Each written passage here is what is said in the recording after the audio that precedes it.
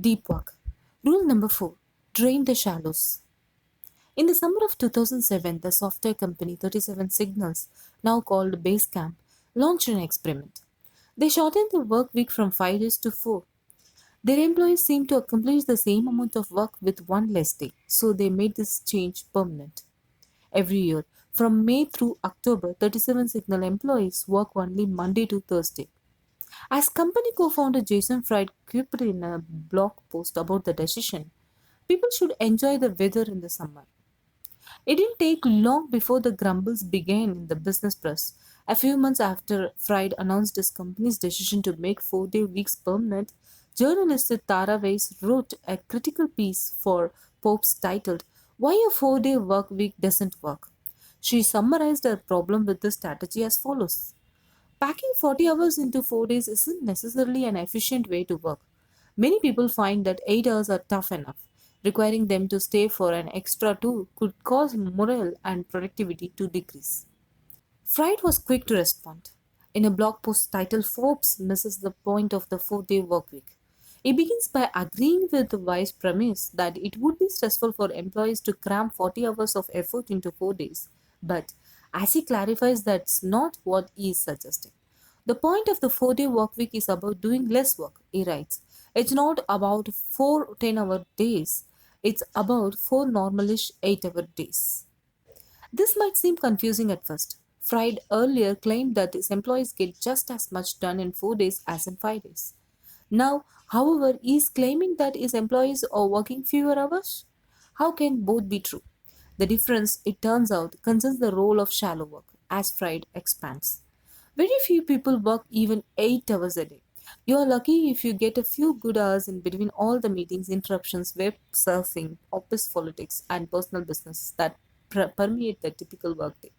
Fewer official working hours help squeeze the fat out of the typical work week. Once everyone has less time to get their stuff done, they respect that time even more. People become stingy with their time, and that's a good thing. They don't waste it on things that just don't matter. When you have fewer hours, you usually spend them more wisely. In other words, the reduction in the 37 signals work week disproportionately eliminated shallow as compared to deep work.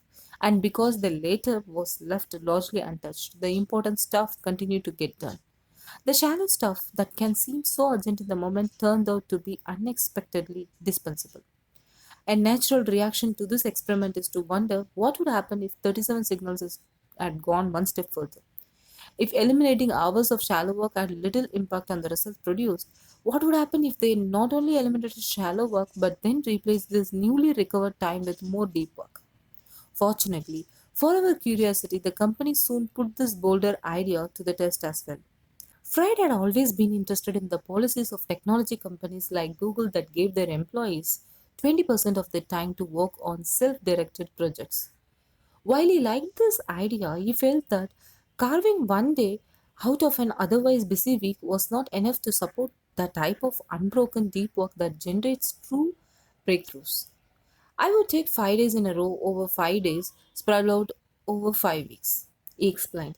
So, our theory is that we will see better results when people have a long stretch of uninterrupted time. To test this theory, 37 Signals implemented something radical. The company gave its employees the entire month of June off to work deeply on their own projects.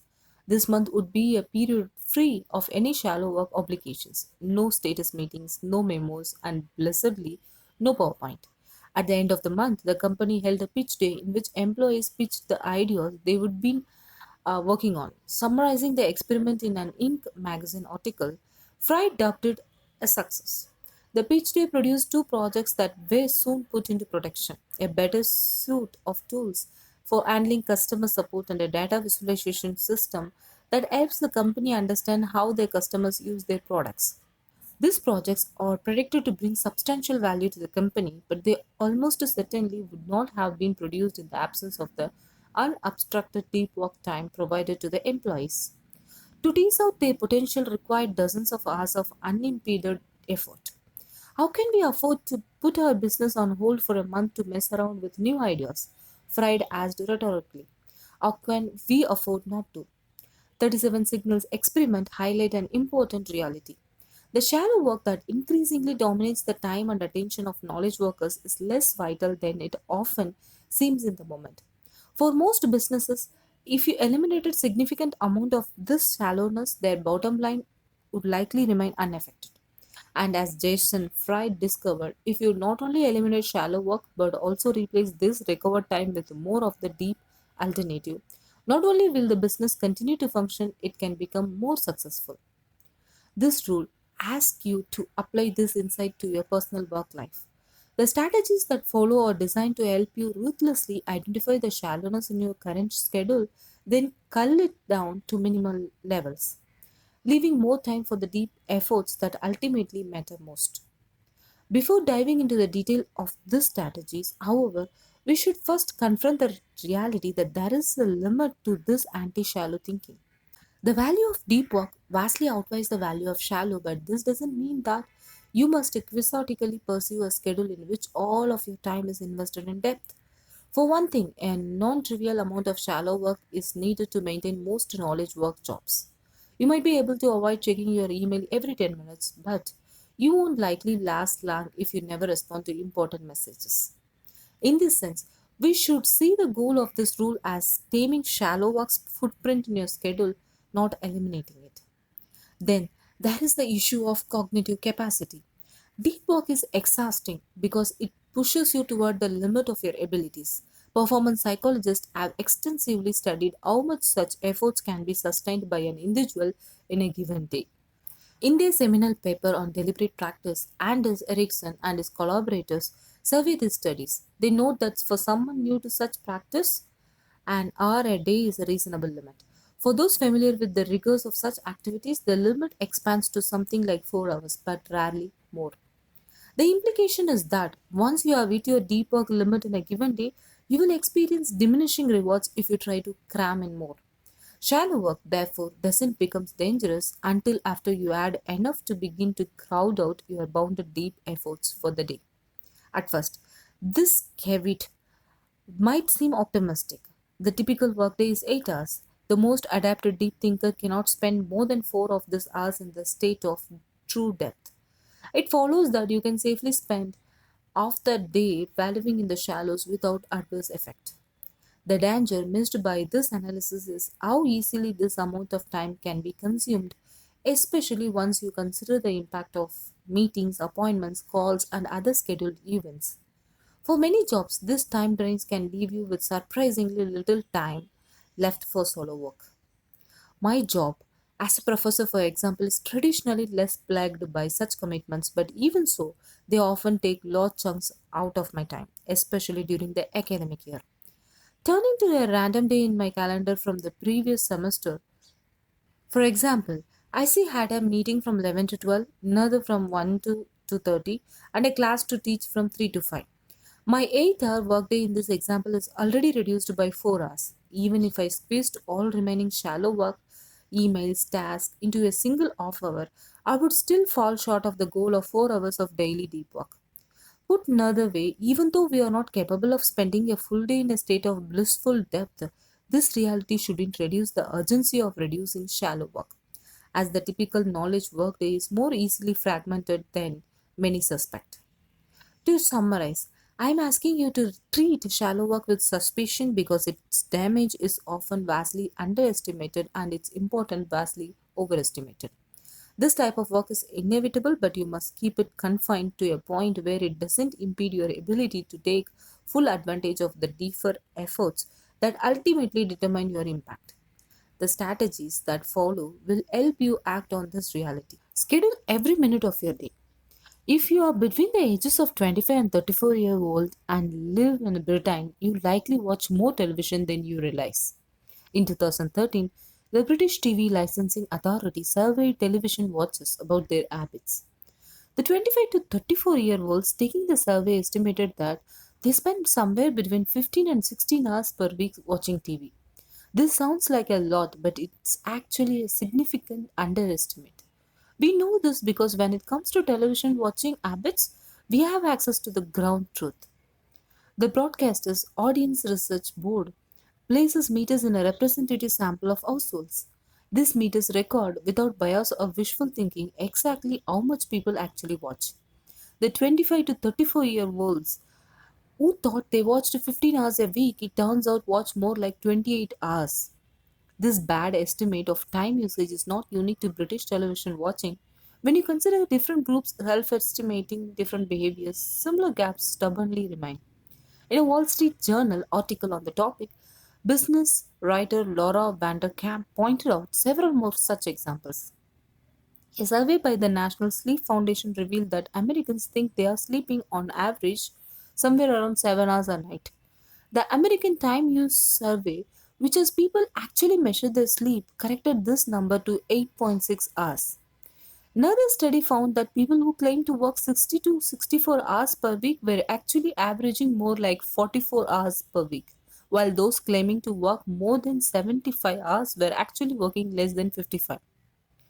These examples underscore an important point. We spend much of our day on autopilot, not giving much thought to what we are doing with our time. This is a problem. It's difficult to prevent the trivial from creeping into every corner of your schedule if you don't face, without flinching, your current balance between deep and shallow work and then adopt the habit of pausing before action and asking what makes the most sense right now. The strategy described in the following paragraphs is designed to force you into these behaviors.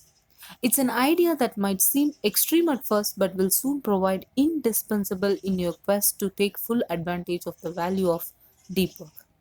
Schedule every minute of your day. Here's my suggestion. At the beginning of each workday, turn to a new page of lined paper in a notebook you dedicate to this purpose. Down the left hand side of the page, mark every other line with an hour of the day, covering the full set of hours you typically work. Now comes the important part. Divide the hours of your workday into blocks and assign activities to the blocks. For example, you might block off 9 a.m. to 11 a.m. for writing a client's press release. To do so, actually draw a box that covers the lines corresponding to these hours, then write press release inside the box.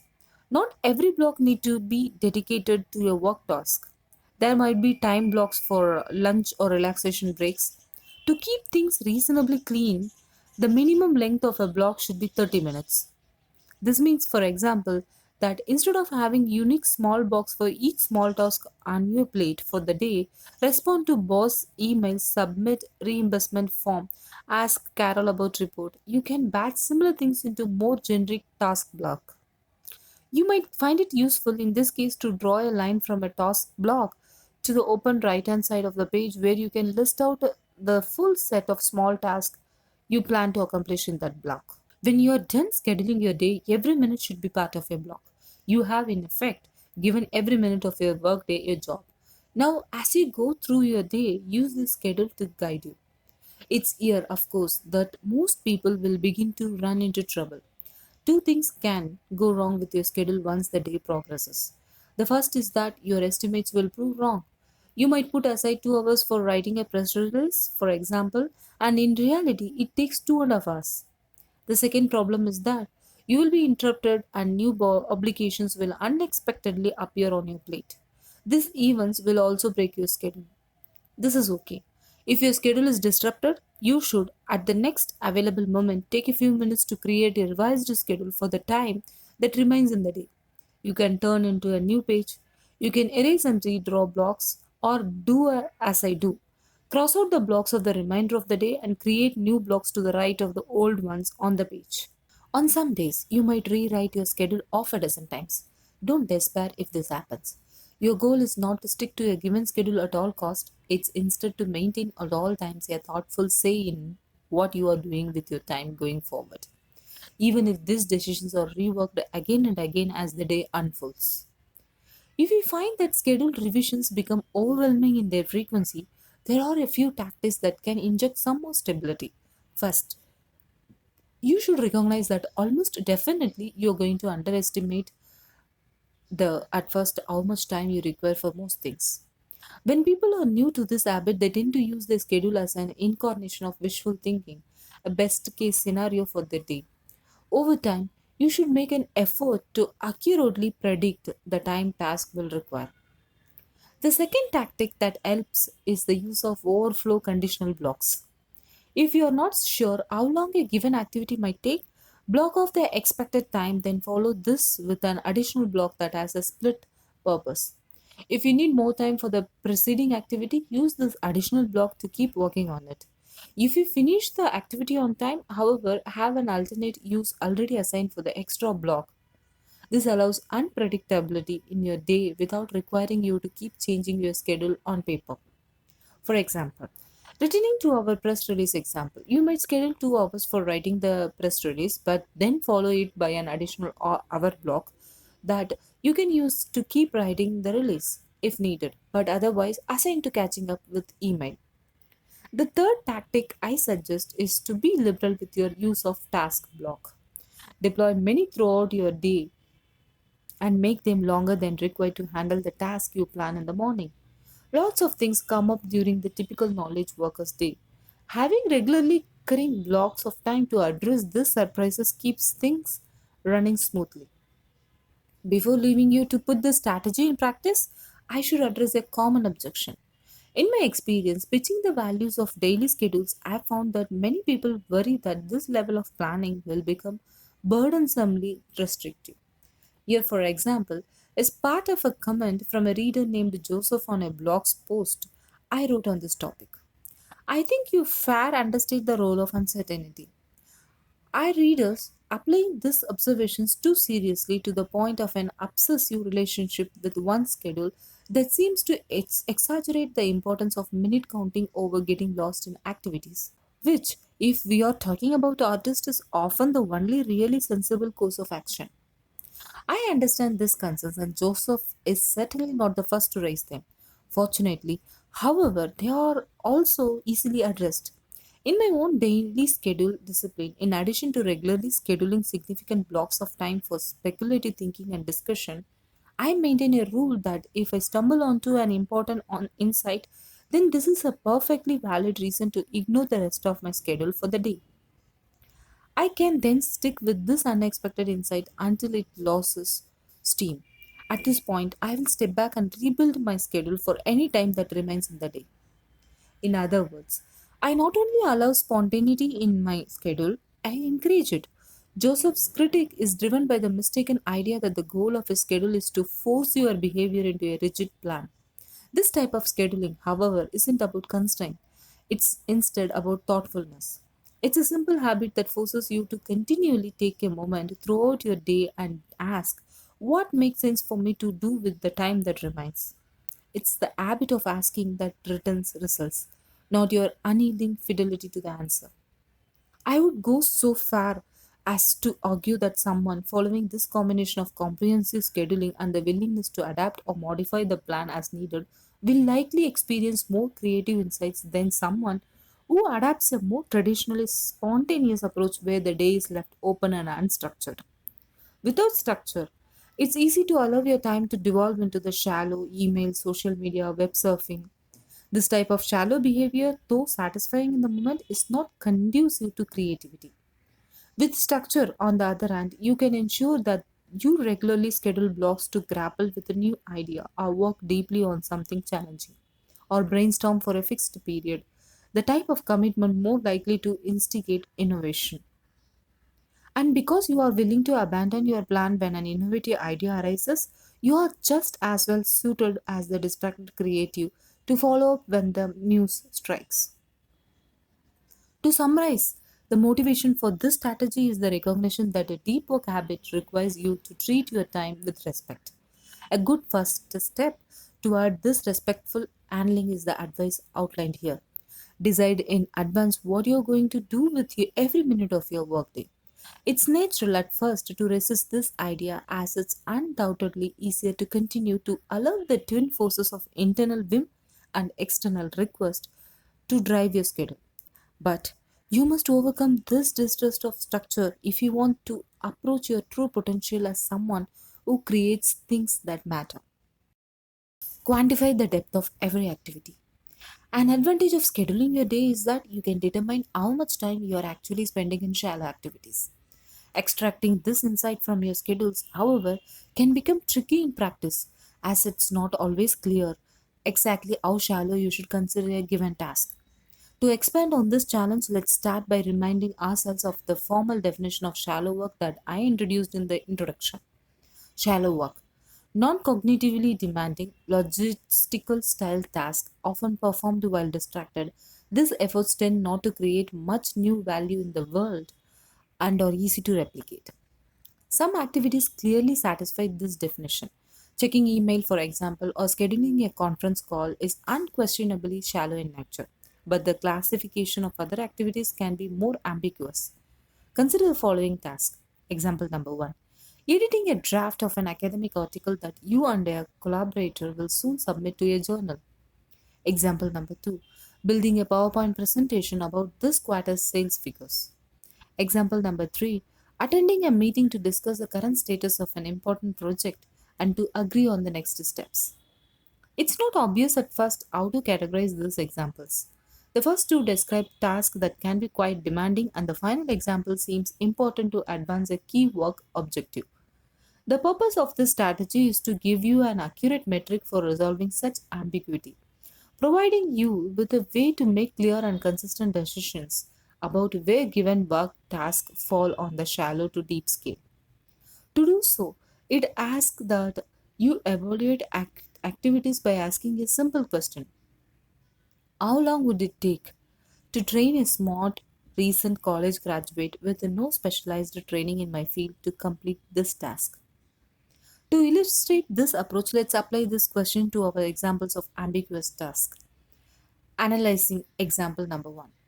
To properly edit an academic paper requires that you understand the nonsense of the work and the nonsense of the broader literature. These requirements require cutting edge knowledge of an academic field, a task that in the age of specialization takes years of diligent study at the graduate level and behind. When it comes to this example, the answer to our question would therefore be quite large, perhaps on the scale of 50 to 75 months. Analyzing example number 2. The second example doesn't fare so well by this analysis. To create a PowerPoint presentation that describes your quarterly sales requires three things. First, knowledge of how to make a PowerPoint presentation. Second, an understanding of the standard format of this quarterly performance presentation within your organization. And third, an understanding of what sales metrics your organization tracks and how to convert them into the right graphs. The hypothetical college graduate imagined by our question, we can assume, would already know how to use PowerPoint, and learning the standard format for your organization's presentations shouldn't require more than a week. The real question, therefore, is how long it takes a bright college graduate to understand the metrics you track, where to find results, and how to clean those up and translate them into graphs and charts that are appropriate for a slide presentation. This isn't a trivial task, but for bright college grad, it wouldn't require more than an additional month or so of training, so we can use 2 months as our conservative answer. Analyzing example number 3. Meetings can be tricky to analyze. They can seem tedious at times, but they are often also presented as playing a key role in your organization's most important activities. The method presented here helps cut through this veneer. How long would it take to train a bright recent college graduate to take your place in the planning meeting? He or she would have to understand the project well enough to know its milestone and the skills of its participants. Our hypothetical grad might also need some insight into the interpersonal dynamics and the reality of how such projects are executed at the organization. At this point, you might wonder if this college grad would also need a deep expertise in the topic tackled by the project. For a planning meeting, probably not. Such meetings rarely dive into substantive content and tend to feature a lot of small talk and posturing in which participants try to make it seem like they are committing to a lot without actually having to commit. Give a bright recent graduate 3 months to learn the ropes and he or she could take your place without issue in such a gap fest. So we will use 3 months as our answer. This question is meant as thought experiment. But the answers it provides will help you objectively quantify the shallowness or depth of various activities. If our hypothetical college graduate requires many months of training to replicate a task, then this indicates that the task leverages odd one expertise. As argued earlier, Tasks that leverage your expertise tends to be deep tasks and they can therefore provide a double benefit. They return more value per time spent and they stretch your abilities, leading to improvement. On the other hand, a task that our hypothetical college graduate can pick up quickly is one that does not leverage expertise and therefore it can be understood as shallow. What should you do with this strategy? Once you know where your activities fall on the deep to shallow scale, bias your time toward the former. When we reconsider our case studies, for example, we see that the first task is something that you would want to prioritize as a good use of time, while the second and third are activities of a type that should be minimized. They might feel productive, but their return on investment is measly. Of course, how one biases away from shallow and toward depth is not always obvious. Even after you know how to accurately label your commitments, this brings us to the strategies that follow, which will provide specific guidance on how to accomplish this tricky goal. Ask your boss for a shallow work budget. Here's an important question that rarely asked. What percentage of my time should be spent on shallow work? This strategy suggests that you ask it. If you have a boss, in other words, have a conversation about this question. If you work for yourself, ask yourself this question. In both cases, settle on a specific answer. Then, and this is the important part, try to stick to this budget. For most people in the most non entry level knowledge work jobs, the answer to the question will be somewhere in the 30 to 50% range. There is a psychological distaste surrounding the idea of spending the majority of your time on unskilled tasks, so 50% is a natural upper limit, while at the same time, most bosses will begin to worry that if the percentage gets too much lower than 30%, you will be reduced to a knowledge work hermit who thinks big thoughts but never responds to emails. Obeying this budget will likely require change to your behavior. You will almost certainly end up forced into saying no to projects that seem infused with the shallowness, while also more aggressively reducing the amount of shallowness in your existing projects. This budget might lead you to drop the need for a weekly status meeting in the preference for results driven reporting. It might also lead you to start spending more mornings in communication, isolation, or decide it's not as important as you once thought to respond quickly and in detail to every CC'd email that crosses your inbox. These changes are all positive for your quest to make deep work central to your working life. On one hand, they don't ask you to abandon your core shallow obligations, a move that would cause problems and resentment as you are still spending a lot of time on such efforts. On the other hand, they do force you to place a hard limit on the amount of less urgent obligations you allow to slip insidiously into your schedule. This limit frees up space for significant amounts of deep effort on a consistent basis. The reason why this decision should start with a conversation with your boss is that this agreement establishes implicit support from your workplace. If you work for someone else, this strategy provides cover when you turn down an obligation or restructure a project to minimize shallowness. You can justify the move because it's necessary for you to hit your prescribed target mix of work types. As I discussed in chapter 2, part of the reason shallow work persists in large quantities in knowledge work is that we rarely see the total impact of such efforts on our schedules. We instead tend to evaluate these behaviors one by one in the moment, a perspective from which each task can seem quite reasonable and convenient. The tools from earlier in this rule, however, allow you to make this impact explicit. You can now confidently say to your boss, this is the exact percentage of my time spent last week on shallow work, and force him or her to give explicit approval for that ratio. Faced with these numbers and the economic reality, they clarify. A boss will be led to the natural conclusion that you need to say no to some things and to streamline others, even if this makes life less convenient for the boss or for you or for your co workers. Because, of course, in the end, a business goal is to generate value, not to make sure its employees' lives are as easy as possible. If you work for yourself, this exercise will force you to confront the reality of how little time in your busy schedule you are actually producing value. These odd numbers will provide you the confidence needed to start scaling back on the shallow activities that are sapping your time. Without these numbers, it's difficult for an entrepreneur to say no to any opportunity that might generate some positive return. I have to be on Twitter. I have to maintain an active Facebook presence. I have to tweak the widgets on my blog. You tell yourself, because when considered in isolation, to say no to any one of these activities seems like you are being lazy. By instead picking and sticking with the shallow to deep ratio, you can replace this guilt driven unconditional acceptance with the more healthy habit of trying to get the most out of the time you put aside for shallow work. But keeping these efforts constrained to a small enough fraction of your time and attention to enable the deep work that ultimately drives your business forward. Of course, there is always the possibility that when you ask this question, the answer is talk. No boss will explicitly answer. 100% of your time should be shallow. But a boss might reply in so many words, as much shallow work as is needed for you to promptly do whatever we need from you at the moment. In this case, the answer is still useful as it tells you that this isn't a job that supports deep work. And a job that doesn't support deep work is not a job that can help you succeed in our current information economy.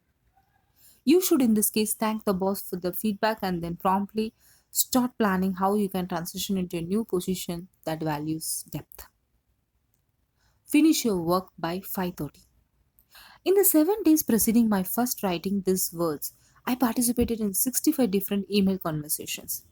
Among these 65 conversations, I sent exactly 5 emails after 5:30 p.m. The immediate story told by this statistic is that, with few exceptions, I don't send emails after 5:30. But given how intertwined email has become with work in general, there is more surprising reality hinted by this behavior. I don't work after 5:30 p.m. I call this commitment fixed schedule productivity, as I fix the firm goal of not working past a certain time, then work backward to find productivity strategies that allow me to satisfy this declaration. I've practiced fixed schedule productivity happily for more than half a decade now, and it's been crucial to my efforts to build a productive professional life centered on deep work. In the pages ahead, I'll try to convince you to adopt this strategy as well. Let me start my pitch for fixed schedule productivity by first noting that, according to conventional wisdom in the academic world, I inhabit this tactic should fail. Professors, especially junior professors, are notorious for adopting grueling schedules that extend into the night and through weekends. Consider, for example, a blog post published by a young computer science professor whom I'll call Tom. In this post, which Tom wrote in winter of 2014, he replicates his schedule for a recent day in which he spent 12 hours at his office. This schedule includes 5 different meetings and 3 hours of administrative tasks, which he describes as tending to bushels of emails, filling out bureaucratic forms, organizing meeting notes, planning future meetings. By his estimation, he spent only 1.5 out of 12 total hours sitting in his office tackling real work, which he defines as efforts that make progress toward a research deliverable. It's no wonder that Tom feels squeezed into working cell behind the standard workday. I've already accepted the reality that I'll be working on weekends, he concludes in another post. Very few junior faculty can avoid such a fate. And yet, I have. Even though I don't work at night and rarely work on weekends, between arriving at Georgetown in the fall of 2011 and beginning work on this chapter in the fall of 2014, I published somewhere around 20 peer reviewed articles. I also won 2 competitive grants, published 1 book, and have almost finished writing another, all while avoiding the grueling schedules deemed necessary by the Toms of the world. What explains this paradox? We can find a compelling answer in a widely disseminated article published in 2013 by an academic further along in her career and far more accomplished than I, Radhika Nagpal, the Fred Kavli Professor of Computer Science at Harvard University. Nagpal opens the article by claiming that much of the stress suffered by tenure track professors is self imposed. Scary myths and scary data abound about life as a tenure track faculty at an RI university. She begins. before continuing to explain how she finally decided to disregard the conventional wisdom and instead deliberately do specific things to preserve my happiness. This deliberate effort led Nagpal to enjoy her pre-tenure time tremendously. Nagpal goes on to detail several examples of these efforts, but there is one tactic in particular that should sound familiar. As Nagpal admits early in her academic career, she found herself trying to cram work into every free hour between 7 a.m. and midnight. It didn't take long before she decided this strategy was unsustainable, so she set a limit of 50 hours a week and worked backward to determine what rules and habits were needed to satisfy this constraint.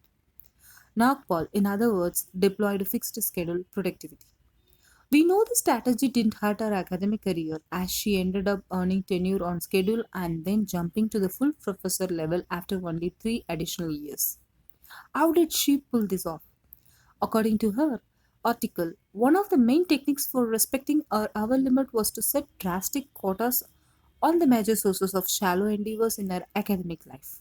For example, she decided she would travel only 5 terms per year for any purpose, as trips can generate a surprisingly large load of urgent shallow obligations. 5 trips a year may still sound like a lot, but for an academic, it's light. To emphasize this point, note that Matt Welsh, a former colleague of Nagpal in the Harvard Computer Science Department, once wrote a blog post in which he claimed it was typical for junior faculty to travel 12 to 24 times a year. The travel quota is just one of several tactics that Nagpal used to control her workday. But what all her tactics shared was a commitment to ruthlessly capping the shallow while protecting the deep efforts. That is original research that ultimately determined our professional fate. Returning to my own example, it is a similar commitment that enables me to succeed with fixed scheduling. I too am incredibly cautious about my use of the most dangerous word in one's productivity vocabulary, yes. It takes a lot to convince me to agree to something that heals shallow work.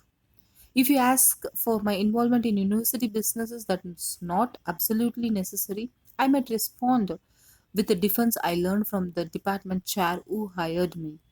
Talk to me after tenure. Another tactic that works well for me is to be clear in my refusal but ambiguous in my explanation for the refusal. The key is to avoid providing enough specificity about the excuse that the requester has the opportunity to diffuse it.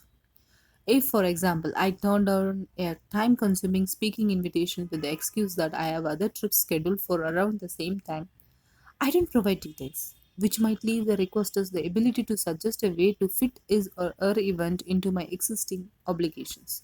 But instead, just say, sounds interesting, but I cannot make it due to schedule conflicts. In turning down obligations, I also resist the urge to offer a consolation prize that ends up devouring almost as much of my schedule. A clean break is best. In addition to carefully guarding my obligations, I am incredibly conscientious about managing my time. Because my time is limited each day, I cannot afford to allow a large deadline to creep up on me or a morning to be wasted on something trivial because I didn't take a moment to craft a smart plan. The Democlean cap on the workday enforced by fixed schedule productivity as a way of keeping my organization efforts sharp. Without this looming cutoff, I would likely end up more lax in my habits. To summarize these observations, Nokpal and I can both succeed in academia without Tom style overload due to two reasons. First, we are asymmetric in the culling forced by our fixed schedule commitment. By ruthlessly reducing the shallow while preserving the deep, this strategy frees up our time without diminishing the amount of new value we generate. Indeed, I would go so far as to argue that the reduction in shallow frees up more energy for the deep alternative, allowing us to produce more than if we had defaulted to a more typical crowded schedule. Second, the limits to our time necessitate more careful thinking about our organizational habits, also leading to more value produced as compared to longer but less organized schedules. The key claim of this strategy is that this same benefits hold for most knowledge work fields. That is, even if you are not a professor, fixed schedule productivity can yield powerful benefits. In most knowledge work jobs, it can be difficult in the moment to turn down a shallow commitment that seems harmless in isolation, be it accepting an invitation to get coffee or agreeing to jump on a call. A commitment to fixed schedule productivity, however, shifts you into a scarcity mindset. Suddenly, any obligation behind your deferred efforts is suspect and seen as potentially disruptive. Your default answers become no. The bar for gaining access to your time and attention rises precipitously, and you begin to organize the efforts that pass these obstacles with a ruthless efficiency. It might also lead you to test assumptions about your company's work culture that you thought were ironclad but turn out to be malleable. It's common, for example, to receive emails from your boss after hours. Fixed schedule productivity would have you ignore these messages until the next morning. Many suspect that this would cause problems as such response are expected, but in many cases, the fact that your boss happens to be clearing her inbox at night doesn't mean that she expects an immediate response. A lesson this strategy would soon help you discover. Fixed schedule productivity, in other words, is a meta habit that's simple to adopt but broad in its impact. If you have to choose just one behavior that reorients your focus toward the deep, this one should be high on your list of possibilities. If you are still not sure, however, about the idea that artificial limits on your workday can make you more successful, I urge you to once again turn your attention to the career of fixed schedule advocate Radhika Nagpal. In a satisfying coincidence, at almost the exact same time that Tom was lamenting online about his unavoidably intense workload as a young professor, Nagpal was celebrating the latest of the many professional triumphs she has experienced despite her fixed schedule. Her research was featured on the cover of the journal Science. Become or to reach. No discussion of shallow work is complete without considering email. This quintessential shallow activity is particularly insidious in its grip on most knowledge workers' attention as it delivers a steady stream of distractions addressed specifically to you. Ubiquitous email access has become so ingrained in our professional habits that we are beginning to lose the sense that we have any say in its role in our life. As John Freeman warns in his 2009 book, The Tyranny of Email, with the rise of this technology, we are slowly eroding our ability to explain in a careful, complex way why it is so wrong for us to complain, resist, or redesign our workdays so that they are manageable. Email seems a fate accompli, resistance is futile. This strategy pushes back at this fatalism. Just because you cannot avoid this tool altogether doesn't mean you have to cede all authority over its role in your mental landscape. In the following sections, I describe three tips that will help you regain authority over how this technology accesses your time and attention and arrest the erosion of autonomy identified by Freeman. Resistance is not futile. You have more control over your electronic communication than you might at first assume. Tip number one, make people who send you email do more work. Most notification authors are easy to reach. They include an email address on their author websites along with an open invitation to send them any request or suggestion that comes to mind. Many even encourage this feedback as a necessary commitment to the elusive but much touted importance of community building among their readers. But here's the thing, I don't buy it. If you visit the contact page on my author website, there is no general purpose email address. Instead, I list different individuals you can contact for specific purposes. My literary agent for rights request, for example, or my speaking agent for speaking request. If you want to reach me, I offer only a special purpose email address that comes with conditions and a lowered expectation that I'll respond. If you have an offer, opportunity, or introduction that might make my life more interesting, email me at interesting@carlnewport.com. For the reasons stated above, I'll only respond to those proposals that are a good match for my schedule and interest. I call this approach a sender filter, as I am asking my correspondents to filter themselves before attempting to contact me. This filter has significantly reduced the time I spend in my inbox. Before I began using the sender filter, I had a standard general purpose email address listed on my website.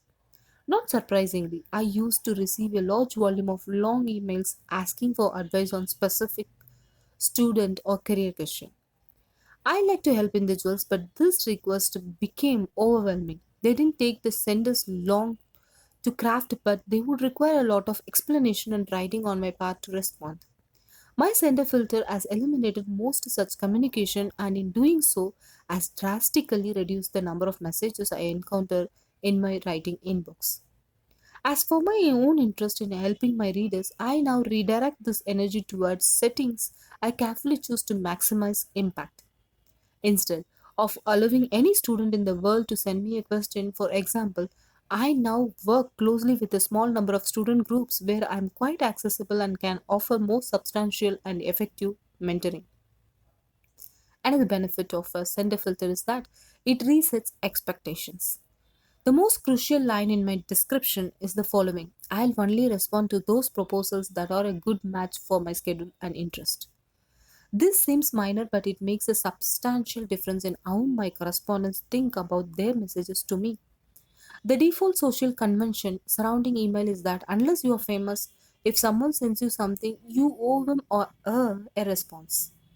For most, therefore, an inbox full of messages generate a major sense of obligation. By instead resetting your correspondence expectation to the reality that you will probably not respond, the experience is transformed. The inbox is now a collection of opportunities that you can glance at when you have free time, seeking out those that make sense for you to engage. But the pile of unread messages no longer generates a sense of obligations. You could, if you wanted to, ignore them all and nothing bad would happen. Psychologically, this can be freeing. I worried when I first began using a center filter that it would seem pretentious, as if my time was more valuable than that of my readers, and that it would upset people. But this fear wasn't realized. Most people easily accept the idea that you have a right to control your own incoming communication as they would like to enjoy this same right. More important, people appreciate clarity. Most are okay to not receive a response if they don't expect one. In some cases, this expectation reset might even earn you more credit when you do respond. For example, an editor of an online publication once sent me a guest post opportunity with the assumption set by my filter that I would likely not respond. When I did, it proved a happy surprise. Here's a summary of the interaction. So, when I emailed Cal to ask if he wanted to contribute to the publication, my expectations were set. He didn't have anything on his sender filter about wanting to guest blog, so there wouldn't have been any odd feelings if I would never heard a peep. Then, when he did respond, I was thrilled. My particular sender filter is just one example of this general category. Consider consultant Clay Hebert, who is an expert in running crowdfunding campaigns for technology startups, a specialty that attracts a lot of correspondents hoping to glean some helpful advice. As a Forbes.com article on Senderfilter reports, at some point the number of people reaching out exceeded capacity, so he created filters that put the onus on the person asking for help. Though he started from a similar motivation as me, Herbert's filter ended up taking a different form. To contact him, you must first consult an FAQ to make sure your question has not already been answered. If you make it through this FAQ sieve, he then asks you to fill out a survey that allows him to further screen for connections that seem particularly relevant to his expertise. For those who make it past this step, Herbert enforces a small fee you must pay before communicating with them. This fee is not about making extra money but is instead about selecting for individuals who are serious about receiving and acting on advice. Herbert's filter still enable him to help people and encounter interesting opportunities, but at the same time, they have reduced his incoming communication to a level he can easily handle. To give another example, consider Antonio Centeno, who runs the popular Real Man Style blog. Centeno's sender filter lays out a two-step process. If you have a question, he diverts you to a public location to post it. Centeno thinks it's wasteful to answer the same questions again and again in private one-on-one conversations. If you make it past this step, He then makes you commit to by clicking check boxes the following three promises. Number one, I'm not asking Antonio a style question I could find searching Google for 10 minutes. Number two, I'm not spamming Antonio with the cut and pasting generic requests to promote my unrelated business. Number three, I will do a good deed for some random stranger if Antonio responds within 23 hours. The message box in which you can type your message doesn't appear on the contact page until after you have clicked the boxes by all three promises. To summarize, the technology's underlying email are transformative, but the current social conventions guiding how we apply this technology are underdeveloped. The notion that all messages, regardless of purpose or sender, arrive in the same undifferentiated inbox and that there is an exception that every message deserves a response is absurdly unproductive. The center filter is a small but useful step toward a better state of affairs and is an idea whose time has come, at least for the increasing number of entrepreneurs and freelancers who both receive a lot of incoming communication and have the ability to dictate their accessibility. If you are in a position to do so, consider center filters as a way of reclaiming some control over your time and attention. Tip number two, do more work when you send or reply to emails. Consider the following standard emails. Example, email number one. It was great to meet you last week. I would love to follow up on some of those issues we discussed. Do you want to grab coffee? Email number two. We should get back to the research problem we discussed during my last visit. Remind me where we are with that. Email number three. I took a stab at that article we discussed. It's attached. Thoughts? These three examples should be familiar to most knowledge workers, as they are representative of many of the messages that fill their inboxes. They are also potential productivity landmines. How we respond to them will have a significant impact on how much time and attention the resulting conversation ultimately consumes.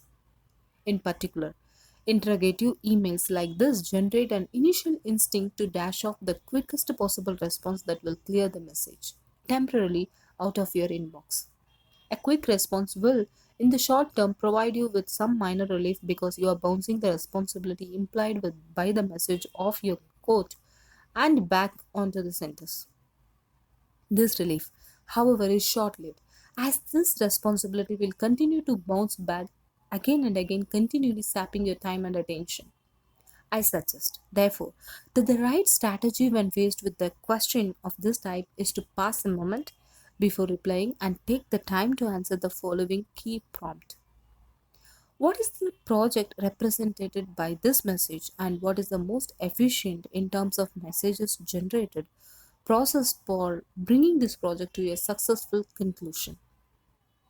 Once you have answered this question for yourself, replace a quick response with one that takes the time to describe the process you identified. Points out the current step and emphasize the step that comes next. I'll call this the process centric approach to email, and it's designed to minimize both the number of emails you receive and the amount of mental clutter they generate. To better explain this process and why it works, consider the following process centric response to the sample emails from earlier. Process centric response to email number one. I would love to grab coffee. Let's meet at the Starbucks on campus. Below, I listed 2 days next week when I'm free. For each day, I listed 3 times. If any of those day and time combinations work for you, let me know. I'll consider your reply confirmation for the meeting. If none of those date and time combinations work, give me a call at the number below and we will ash out at a time that works. Looking forward to it. Process centric response to email number two. I agree that we should return to this problem. Here's what I suggest. Sometime in the next week, email me everything you remember about our discussion on the problem. Once I receive the message, I'll start a shared directory for the project and add to it a document that summarizes what you sent me, combined with my own memory of our past discussion. In the document, I'll highlight the 2 or 3 most promising next steps. We can then take a crack at those next steps for a few weeks and check back in. I suggest we schedule a phone call for a month from now for this purpose. Below, I listed some dates and times when I am available for a call. When you respond with your notes, Indicate the date and time combination that works best for you, and we will consider that reply confirmation for the call. I look forward to digging into this problem. Process centric response to email number 3. Thanks for getting back to me. I am going to read this draft of the article and send you back an edited version annotated with comments on Friday. In this version I send back, I'll edit what I can do myself and add comments to draw your attention to places where I think you are better suited to make the improvement. At that point, you should have what you need to polish and submit the final draft. So I'll leave you to do that. No need to reply to this message or to follow up with me after I return the edits, unless, of course, there is an issue. In crafting this sample responses, I started by identifying the project implied by the message.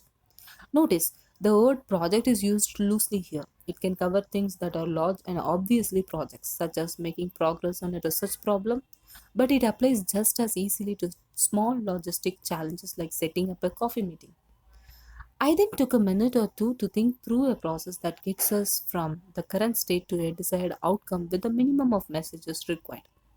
The final step was to write a reply that clearly described this process and where we stand. This example centered on an email reply, but it should be clear that a similar approach also works when writing an email message from scratch. The process centric approach to email can significantly mitigate the impact of this technology on your time and attention. There are two reasons for this effect. First, it reduces the number of emails in your inbox, sometimes significantly.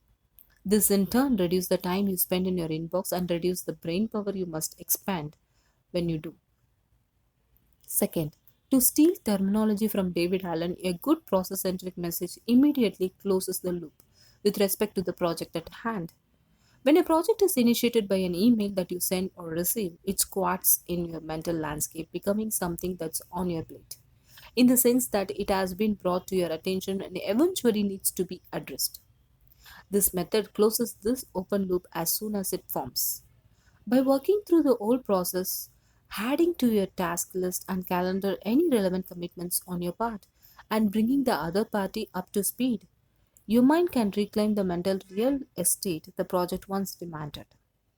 Less mental clutter means more mental resources available for deep thinking.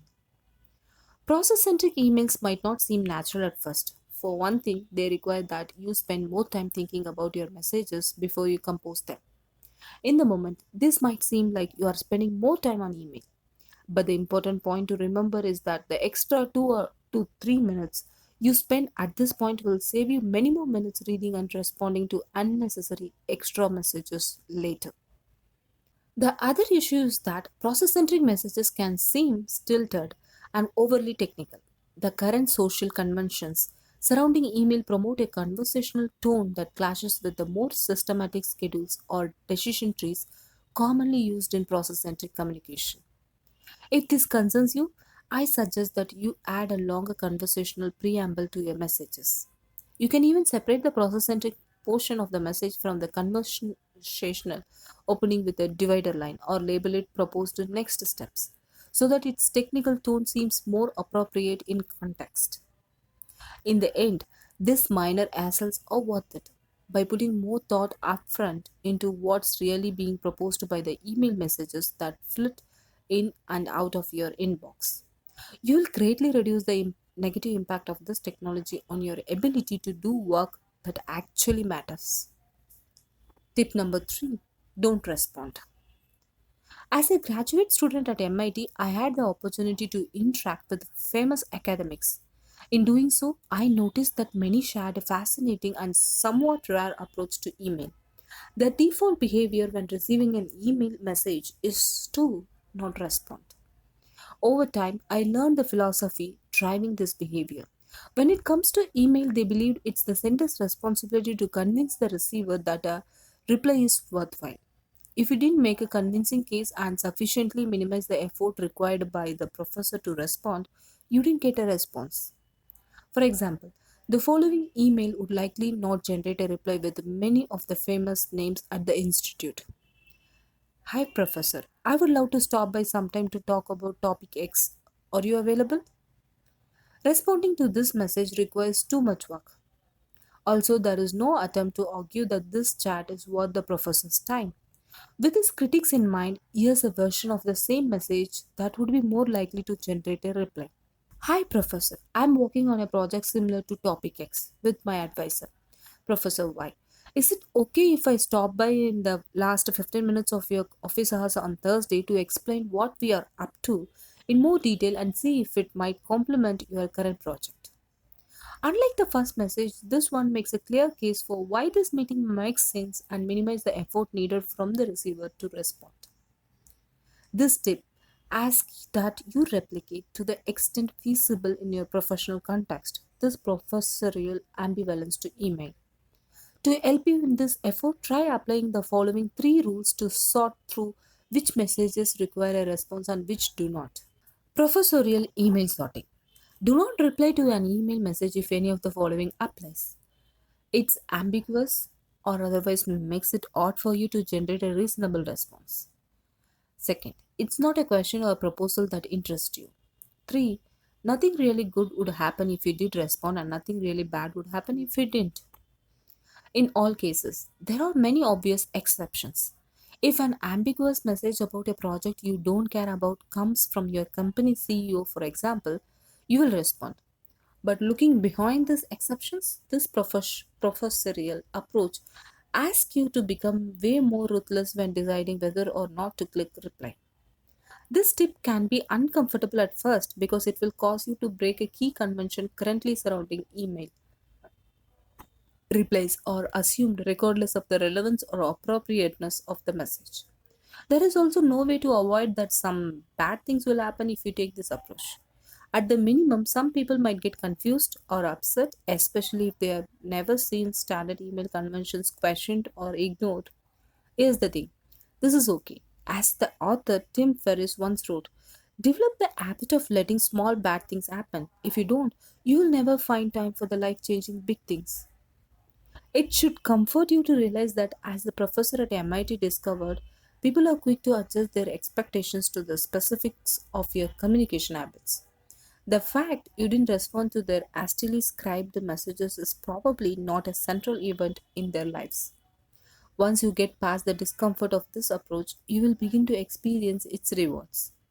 There are two common tropes bandied around when people discuss solutions to email overload. One says that sending emails generate more emails, while the other says that wrestling with ambiguous or irrelevant emails is a major source of inbox related stress. The approach suggested your response aggressively to both issues. You send fewer emails and ignore those that aren't necessary, easy to process, and by doing so, we will significantly weaken the grip your inbox maintains over your time and attention. Final chapter. Conclusion. The story of Microsoft's founding has been told so many times that it's entered the realm of legend. In the winter of 1974, a young Harvard student named Bill Gates sees the Altair, the world's first personal computer, on the cover of Popular Electronics. Gates realizes that there is an opportunity to design software for the machine, so he drops everything and, with the help of Paul Allen and Monte Davidoff, spends the next 8 weeks hacking together a version of the basic programming language for the Altair. This story is often cited as an example of Gates' insight and boldness, but recent interviews have revealed another trait that played a crucial role in the tale's happy ending: Gates' preternatural deep work ability. As Walter Isaacson explained in a 2013 article on the topic for the Harvard Gazette, Gates worked with such intensity for such lengths during this 2 month stretch that he would often collapse into sleep on his keyboard in the middle of writing a line of code. He would then sleep for an hour or two, wake up, and pick up right where he left off. An ability that is still impressed Paul Allen describes a prodigious feat of concentration. In his book The Innovators, Isaacson later summarizes Gates' unique tendency toward depth as follows. The one trait that differentiated Gates from Allen was focus. Allen's mind would flit between many ideas and fashions, but Gates was a serial obsessor. It's here in this story of Gates' obsessive focus that we encounter the strongest form of my argument for deep work. It's easy amid the turbulence of a rapidly evolving information age. to default to dialectical grumbling. The curmudgeons among us are vaguely uneasy about the attention people pay to their phones and pine for the days of unhurried concentration, while the digital hipsters equate such nostalgia with ludism and boredom and believe that increased connection is the foundation for a utopian future. Marshall McLuhan declared that the medium is the message, but our current conversation on this topic seems to imply that the medium is morality. Either you are on board with the Facebook future or see it as our downfall. As I emphasized in this book's introduction, I have no interest in this debate. A commitment to deep work is not a moral stance and it's not a philosophical statement. It is instead a pragmatic recognition that the ability to concentrate is a skill that gets valuable things done. Deep work is important. In other words, not because distraction is evil, but because it enabled Bill Gates to start a $1 billion industry in less than a semester. This is also a lesson, as it turns out that I have personally relearned again and again in my own career. I have been a depth devotee for more than a decade, but even I am still regularly surprised by its power. When I was in a graduate school, the period when I first encountered and started prioritizing this skill, I found that deep work allowed me to write a pair of quality peer reviewed papers each year, while rarely having to work past 5 on weekdays or work at all on weekends.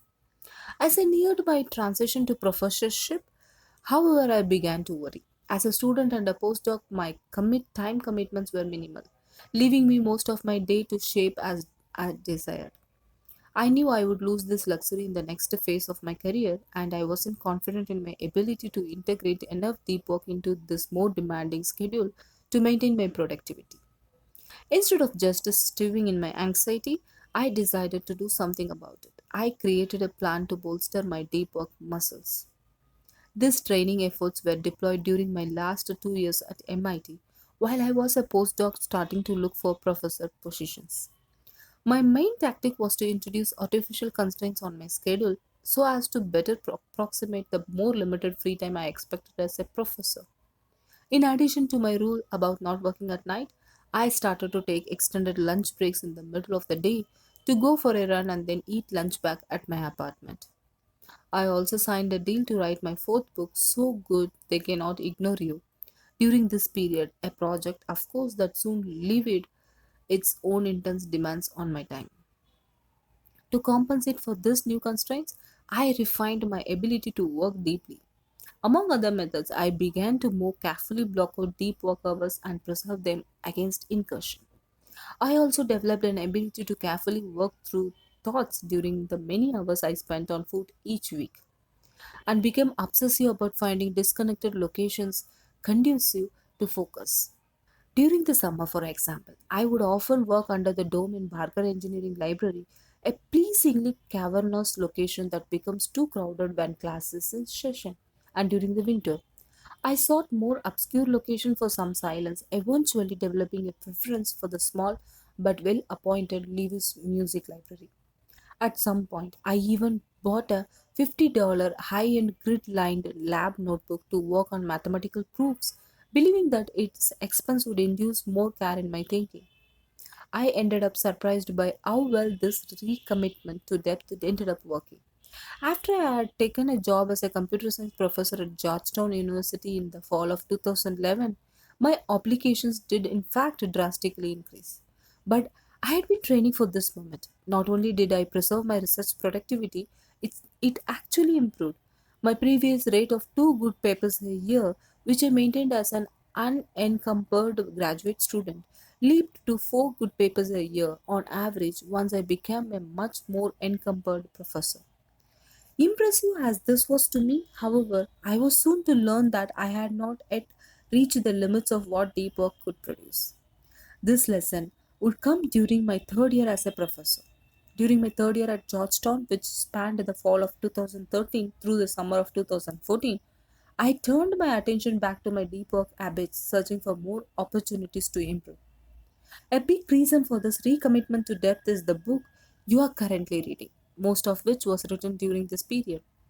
Writing a 70,000 word book manuscript, of course, placed a sudden new constraint on my already busy schedule. and I wanted to make sure my academic productivity didn't take a corresponding hit. Another reason I turned back to depth was the looming tenure process. I had a year or two of publications left before my tenure case was submitted. This was the time, in other words, to make a statement about my abilities. The final reason I turned back to depth was more personal and touch petulant.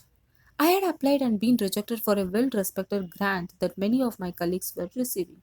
I was upset and embarrassed, so I decided that instead of just complaining or wallowing in self doubt, I would compensate for losing the grant by increasing the rate and impressiveness of my publications, allowing them to declare on my behalf that I actually did know what I was doing, even if this one particular grant application didn't go my way. I was already an adept deep worker, but these three forces drove me to push this habit to an extreme. I became ruthless in turning down time consuming commitments and began to work more in isolated locations outside my office. I placed a tally of my deep work hours in a prominent position near my desk and got upset when it failed to grow at a fast enough rate.